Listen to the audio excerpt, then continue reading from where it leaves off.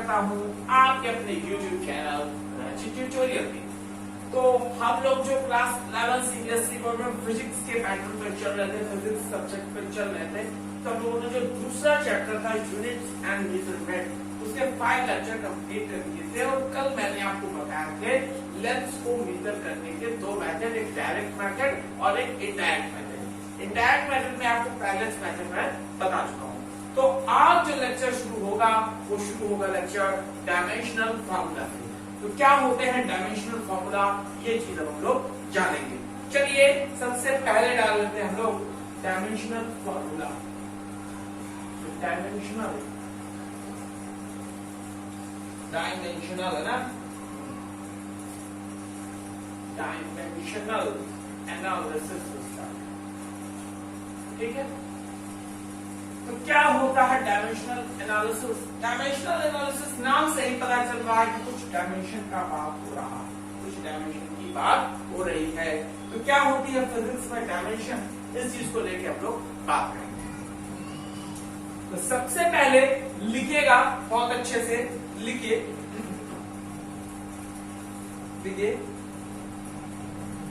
दो फंडामेंटल ये आप लोग ऐसे कह सकते हैं, फंडामेंटल क्वांटिटीज आप लोग जानते ही।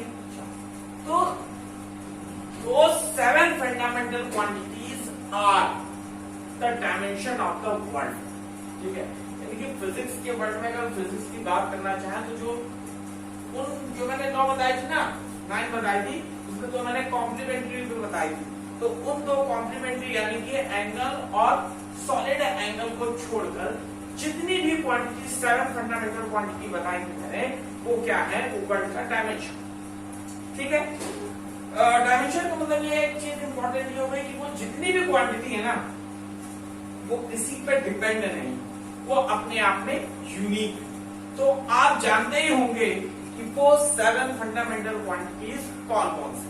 तो सबसे पहले क्वांटिटी है हमारे पास लेंथ, क्या है, लेंथ। दूसरी है हमारे पास मास, कौन सी है, मास है। तीसरी है हमारे पास टाइम, कौन सी है, टाइम। चौथी है हमारे पास, ठीक है, चौथी है हमारे पास कौन सी, करंट या इलेक्ट्रिक करंट, इलेक्ट्रिक करंट, ठीक है। पांचवी है हमारे पास, कौन सी है पांचवी भाई, क्या कहा जा सकता है, लेंथ, मास, टाइम, इलेक्ट्रिक करंट, 7 है ना। Amount of substance, amount of substance,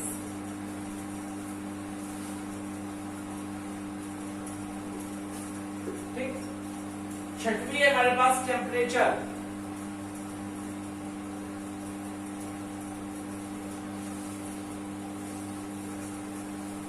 पांचवी, छठवीं हो गई और 7 हो गया इंटेंसिटी ऑफ लाइट।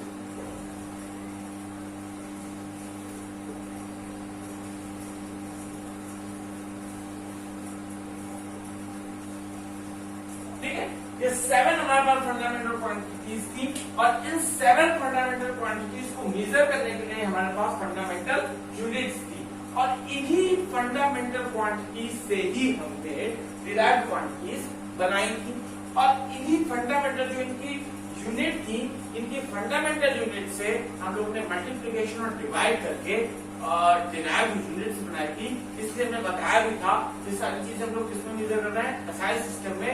उसमें एक मैंने खूबी भी बताई थी कि जो एसआई सिस्टम है वो कैसा होता है, कोहेरेंट सिस्टम है ना। तो सारी चीजें वही है। तो अब ये समझ लीजिए कि वर्ल्ड का डायमेंशन, सारी चीजें इन्हीं पर डिपेंड करती हैं फिजिकल वर्ल्ड में। यानी कि सारी चीजें जो हमारे आसपास चारों ओर दिखाई दे रही हैं, वो कहीं ना कहीं इन 7 चीजों पर डिपेंड। समझ आ रही है ना बात?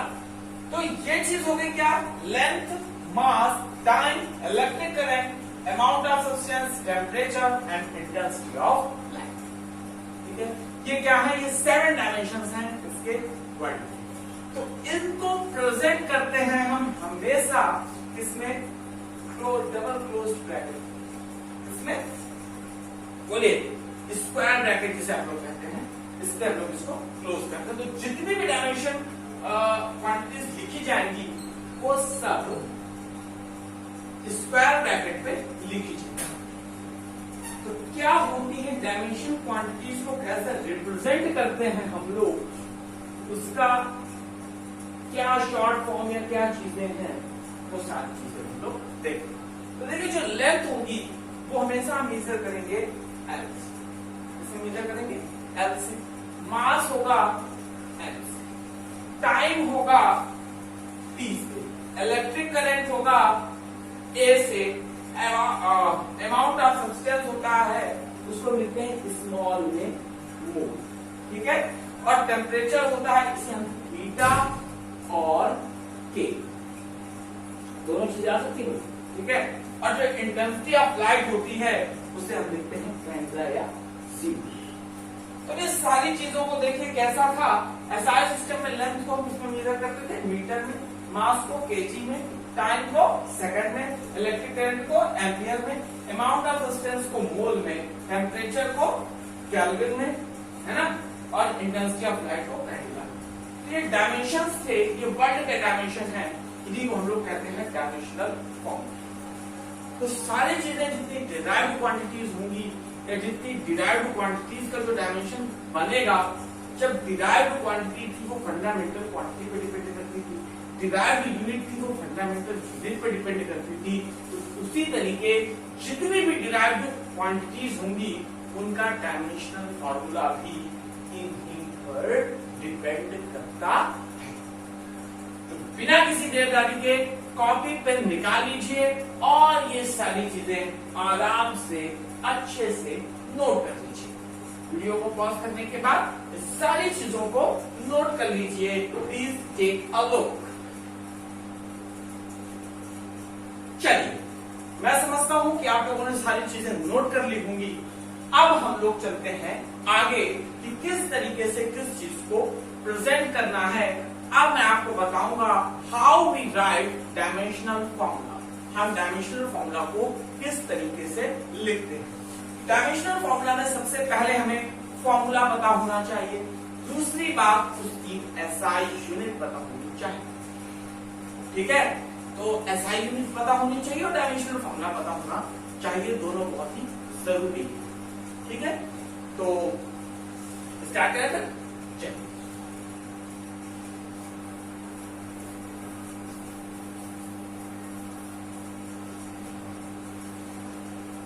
ये डायमेंशनल फॉर्मूला पूरे फिजिक्स में आप 11th पढ़े या 12th या उसके बाद सब जगह डायमेंशनल फॉर्मूला कहीं ना कहीं पूछा जरूर जाता है, या तो ये आपका एमसीक्यूज में पूछ लिया जाएगा, ठीक है। 11th 12th में एमसीक्यू होंगे, इसमें भी पूछ ले, है ना। और कंफ्यूजन में तो 1-2 नंबर का डायमेंशनल फॉर्मूला रखा ही रखा है, पर यहाँ से आपको सीखना है कि कैसे डायमेंशनल फॉर्मूला निकालना, ठीक है। तो सबसे पहले आपको ये तो पता चल गया कि फंडामेंटल क्वांटिटीज है, तो फंडामेंटल क्वांटिटीज को प्रेजेंट करने के लिए उनके पास उनका अपना डायमेंशनल फॉर्मूला होता है। लेकिन जो हमारी डिराइव्ड क्वांटिटीज हैं, डिराइव्ड क्वांटिटीज डिपेंड करती हैं किस पे, फंडामेंटल क्वांटिटीज पर डिपेंड करती है। कौन सी क्वांटिटी, डिराइव्ड। तो उनका जो डायमेंशनल फॉर्मूला होगा वो भी किस पे डिपेंड करेगा, फंडामेंटल क्वांटिटी के डायमेंशनल फॉर्मूला पर ही डिपेंड करेगा। जैसे कि हम ले लें सबसे पहले, देखिए डायमेंशनल फॉर्मूला हम लोग को किस किस चीजों का निकालना है। तो देख लीजिए एक चीज मैं आपको बता दूं कि हमारे पास कौन कौन सी क्वांटिटीज होगी। फर्स्ट होगी मैकेनिकल क्वांटिटी, मैकेनिकल क्वांटिटी जो पूरी फिजिक्स की बात कर रहा हूं मैं, 11th से लेकर 12th तक। एक होगी हमारे पास मैकेनिकल क्वांटिटी, दूसरी होगी हमारे पास थर्मल क्वांटिटी। थर्मल क्वांटिटी कौन सी quantity, thermal quantity.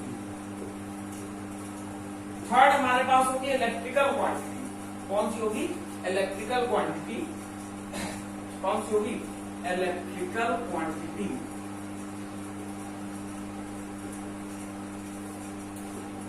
Electrical quantity.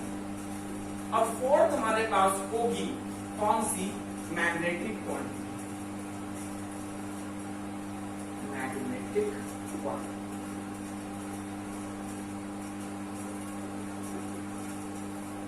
जिसमें से आपको सारे डायमेंशनल फॉर्मूला निकालना तो 11th में ही आना चाहिए, लेकिन सिर्फ जो मैकेनिकल क्वांटिटी है और थर्मल क्वांटिटी है, इन सारे के डायमेंशनल फॉर्मूला आप 11th में निकालेंगे, ये चीज बिल्कुल तय, ठीक है। और जो इलेक्ट्रिकल क्वांटिटी और मैग्नेटिक क्वांटिटी है, इसका आप हो सकता हो क्या सकता की बात है या फिर उसका, ठीक है। तो अब हम लोग थोड़ा सा एग्जांपल ले लेंगे, थोड़ा सा आपको समझाने की कोशिश करेंगे। और मैंने आपको बता दिया चाहे मैकेनिकल क्वांटिटी हो या थर्मल क्वांटिटी हो या इलेक्ट्रिकल क्वांटिटी हो या मैग्नेटिक क्वांटिटी हो, सारी की सारी क्वांटिटीज डिपेंड करेंगी किस पर, हमेशा फंडामेंटल क्वांटिटी पर, और उन्हीं का हम निकालेंगे डायमेंशनल फॉर्मूला, ठीक है। बात समझ में आती है, कोई दिक्कत नहीं है, डन। चलिए, तो मैं अब आपको बताने जा रहा हूं कि किस तरीके से हम लोग डायमेंशनल फॉर्मूला निकालते हैं। तो I think you all are ready. काफी पेन निकाल के आप लोग बैठे होंगे। उम्मीद करता हूं सारी चीजें आपके माइंड में फिट हो रही होंगी और बहुत अच्छे से आ रहा होगा, ठीक है। तो चलिए, करना क्या है, सबसे पहले हमने ले ली क्वांटिटी एरिया। तो एक चीज ये बताइए, जो एरिया क्वांटिटी है ये कैसी क्वांटिटी है, फंडामेंटल क्वांटिटी है कि डिराइव्ड क्वांटिटी है? तो सर जाहिर सी बात ये होती है कि जो एरिया है वो हमारी डिराइव्ड क्वांटिटी है। क्यों? क्योंकि इसका जो फॉर्मूला होता है वो होता है लेंथ इनटू ब्रेड्थ। होता है कि नहीं होता?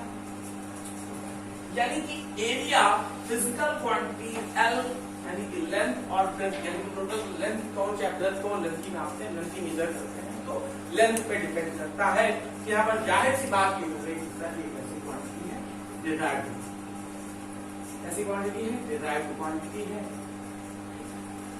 यहाँ तक बात समझ में आती है कि नहीं आती है, बताइए।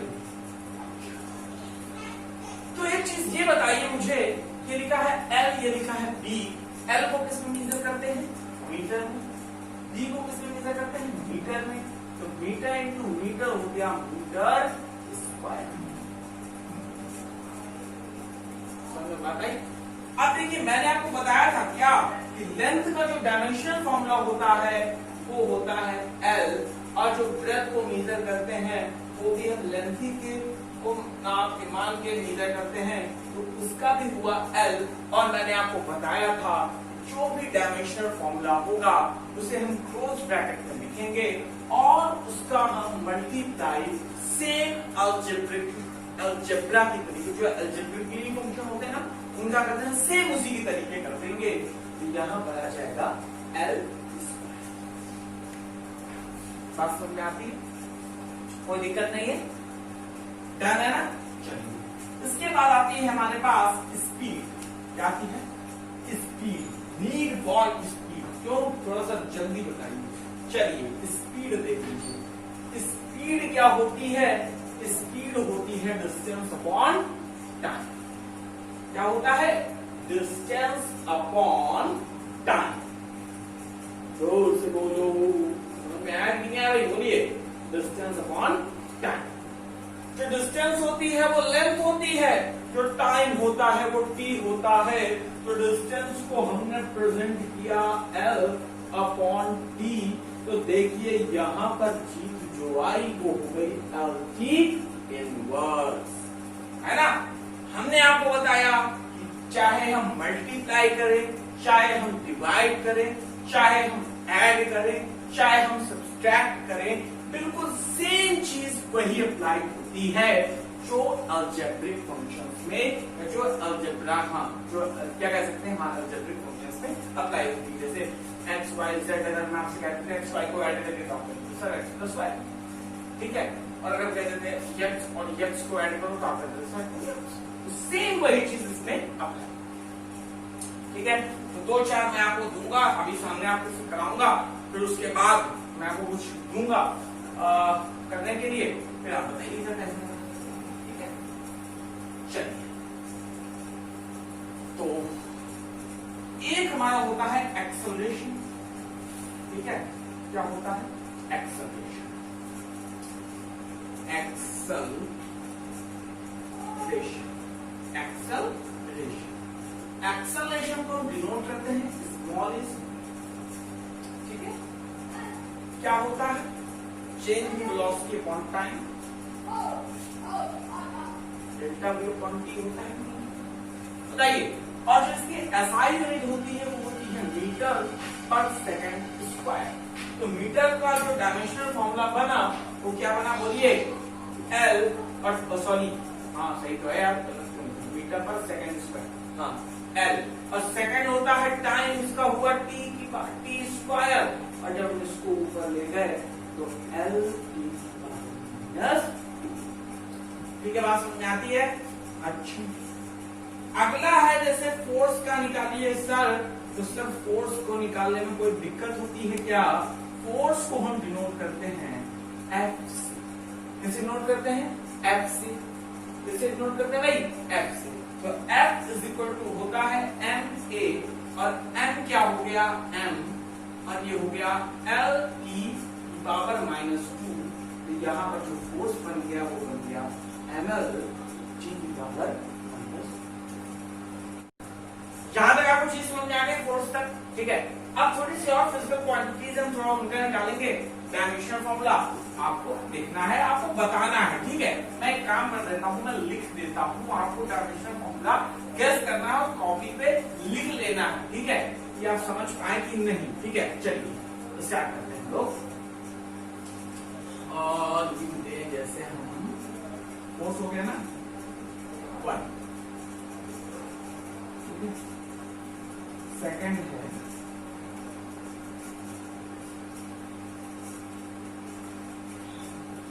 सेकंड क्या ले ले भाई? वर्क ले लिया, फोर्स हो गया, प्रेशर,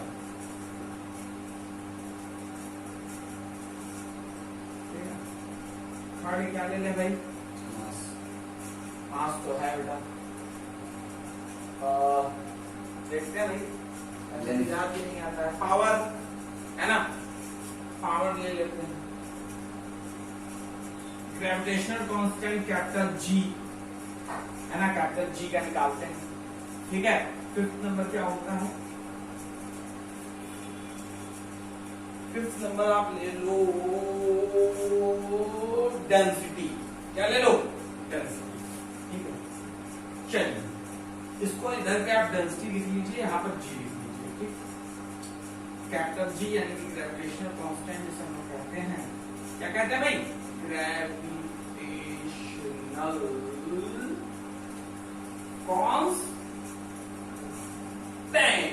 ग्रेविटेशनल कांस्टेंट, ठीक है। और यहाँ पर हुआ हमारा क्या लिया था हमने? वर्क ले लिया, प्रेशर ले लिया, पावर ले लिया, और यहाँ पर क्या ले लिया था हमने? हमने लिया था डेंसिटी, सॉरी हाँ डेंसिटी ले ली, ठीक है। तो कोशिश कीजिए करने की, कैसे निकालेंगे इसका? स्टार्ट, चलिए उम्मीद करता हूं आप लोगों ने कर लिया होगा। स्टॉप हो गया क्या?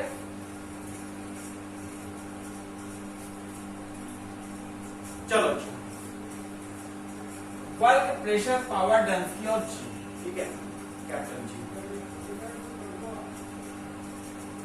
ठीक है। तो चलिए वर्क का जो फॉर्मूला होगा, मैंने आपको क्या बताया कि आपको फॉर्मूला पता होना चाहिए, और उसके साथ ही साथ आपको इसकी एसआई यूनिट भी पता होनी चाहिए।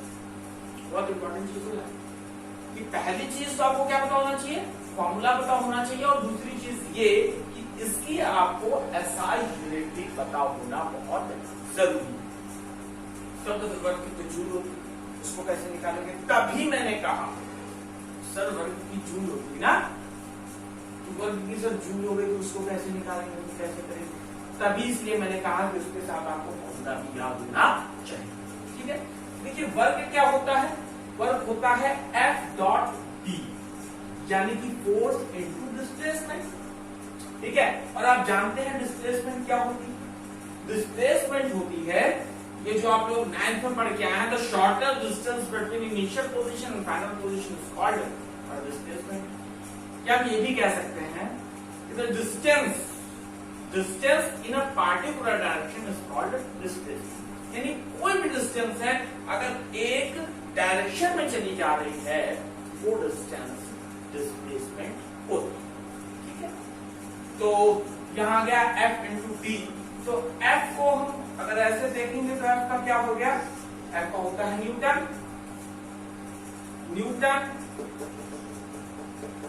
हो गया, और ये न्यूटन मीटर, इसे लोग क्या कह देते हैं, जूल क्या कह देते हैं, जूल कह देते हैं ना वर्क को। बोलिए भाई, जूल कह देते हैं, सब कैपिटल से रिप्रेजेंट कर देते हैं, ये साइंटिस्ट का नाम। ठीक है, तो अब देखिए F इंटू डी आ गया। F की क्या होती है, F होता है m इंटू ए। m की हो गई मास, ए क्या हो गया एक्सेलरेशन, और एक्सेलरेशन की यूनिट क्या होती है, एल टी की यूनिट क्या होती है, मीटर पर सेकंड स्क्वायर। मीटर का मतलब क्या हुआ डिस्टेंस, और सेकंड स्क्वायर का मतलब टाइम। तो एम एल टी की पावर माइनस 2 और डी हो गया यहां पर क्या निकल के आ गई भाई, एम एल स्क्वायर टी की पावर माइनस 2। आपका राइट होगा।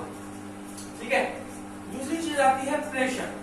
प्रेशर का फॉर्मूला क्या होता है, प्रेशर होता है फोर्स अपॉन, क्या होता है, फोर्स अपॉन क्या होता है भाई, एरिया। तो फोर्स की क्या हुई भाई, एरिया आपने निकाली थी, ml की पावर माइनस 2। समझ में आ रहा ना कैसे निकालना है, ml की पावर माइनस 2, और एरिया होता है एल स्क्वायर। अब एल ही के साथ जोड़ा घटाया गुणा भाग कराया जाएगा, यानी कि एल को हम एल ही के साथ ऐड सब्सट्रैक्ट मल्टीप्लाई या डिवीजन इसका कर सकते हैं। ठीक है, क्योंकि अलजेब्रा में यही होता है। ठीक है, यहाँ पे देख लीजिए, यहाँ पहुंचे हम एम एल इनवर्स टी की पावर माइनस 2। यहां तक बात समझ आती है, कोई दिक्कत नहीं है। फिर आता है पावर। पावर क्या होता है भाई, work upon time. Power is equal to work upon time. होता है कि नहीं होता, बोलो कितने बोले मैंने, 5। पावर होता है वर्क अपॉन टाइम, होता है वर्क अपॉन टाइम। वर्क किया अभी निकाल चुके हैं भाई साहब, क्या होती है वर्क की, देखिए मैम सर जो भी देख रहे हैं, देखिए एल स्क्वायर टी की पावर माइनस 2 है ना, और यहां पर अपॉन पे है टाइम। क्या है, टाइम। यहां पर टाइम का क्या होता है, डायमेंशनल फॉर्मूला टी। क्या होता है, टी। क्या होता है, टी। ठीक है, याद भी रख लीजिएगा। तो अब ये टी ऊपर जाएगा तो टी किसके साथ जाएगा, टी के साथ। इनके साथ नहीं जाएगा, इनके साथ उनको जाना अच्छा नहीं लगता, ये अपने जैसे लोगों को देखता उन्हीं के साथ जाता है। पूरे डायमेंशनल फॉर्मूला में एल ही के साथ जाएगा, एम ही के साथ जाएगा, टी ही के साथ जाएगा, और किसी के साथ नहीं जाएगा। ठीक है, तो टी के पास पहुंच गया। तो यहां से जब टी पहुंचा तो ये था प्लस का, और जैसे ही ऊपर पहुंचा तो किसका हो गया भाई, माइनस का। तो ये हो जाता है एम एल स्क्वायर टी की पावर माइनस 3। आती है बात समझ में। चलिए फिर बात आती है डेंसिटी की। तो डेंसिटी का फॉर्मूला क्या होता है, एक चीज आपने पढ़ा होगा, mass is equal to volume into density. ठीक है, डेंसिटी को इससे तो क्या हो जाएगा, डेंसिटी इज इक्वल टू क्या हो जाएगा, m upon v, small m। तो m कितना है और v कैपिटल है, m अपॉन v। v क्या हो गया, वॉल्यूम हो गया। ठीक है, तो m कितना हो गया, m का दूसरा हो गया m, और वॉल्यूम क्या होता है, length into breadth into height. Dimension formula हो जाता है L क्यूब, और यहां पर आ जाएगा m l की पावर माइनस। चलिए यहां तक समझ में आ गया ना। अब थोड़ा ग्रेविटेशनल कांस्टेंट देखेंगे कि इसकी जो है डायमेंशनल फॉर्मूला क्या, नोट कर लीजिए, और अगर आप कर चुके हैं तो इसको एक बार मिला लीजिए। चलिए देखते हैं बिना किसी देरदारी के। चलिए हमें ग्रेविटेशनल कांस्टेंट निकालना है, तो मैंने आपको बताया था भाई साहब या बहन जी जो भी देख रहे हो पहले बार, कि अगर हमें किसी का भी डायमेंशनल फॉर्मूला निकालना है तो सबसे पहले हमें उस चीज में उसका फॉर्मूला आना बहुत ज्यादा जरूरी हो जाता है, और उसके साथ अगर हमें उसकी एसआई यूनिट याद है तो भाई क्या मजा किया जाएगा। ठीक है, तो ये देखिए ग्रेविटेशनल कांस्टेंट, देखिए किस फॉर्मूले में ऐसा हमने देखा था, तो सर 9th में फॉर्मूला हमने ऐसा देखा था कि F इज इक्वल टू होता है G m1 m2 upon r square. यहां पर हमें ग्रेविटेशनल कांस्टेंट मिला था, पक्का छोड़ो यही भी मिला था, आगे पीछे कहीं नहीं मिला था, यही मिला था। चलिए यहीं पर मिला था, तो यहीं से सारी चीजों को समेट लीजिए। तो यहां पर अगर हम कैपिटल G की बात करें और क्रॉस मल्टीप्लिकेशन करा दें तो आ जाता है fr square upon m1 into m2।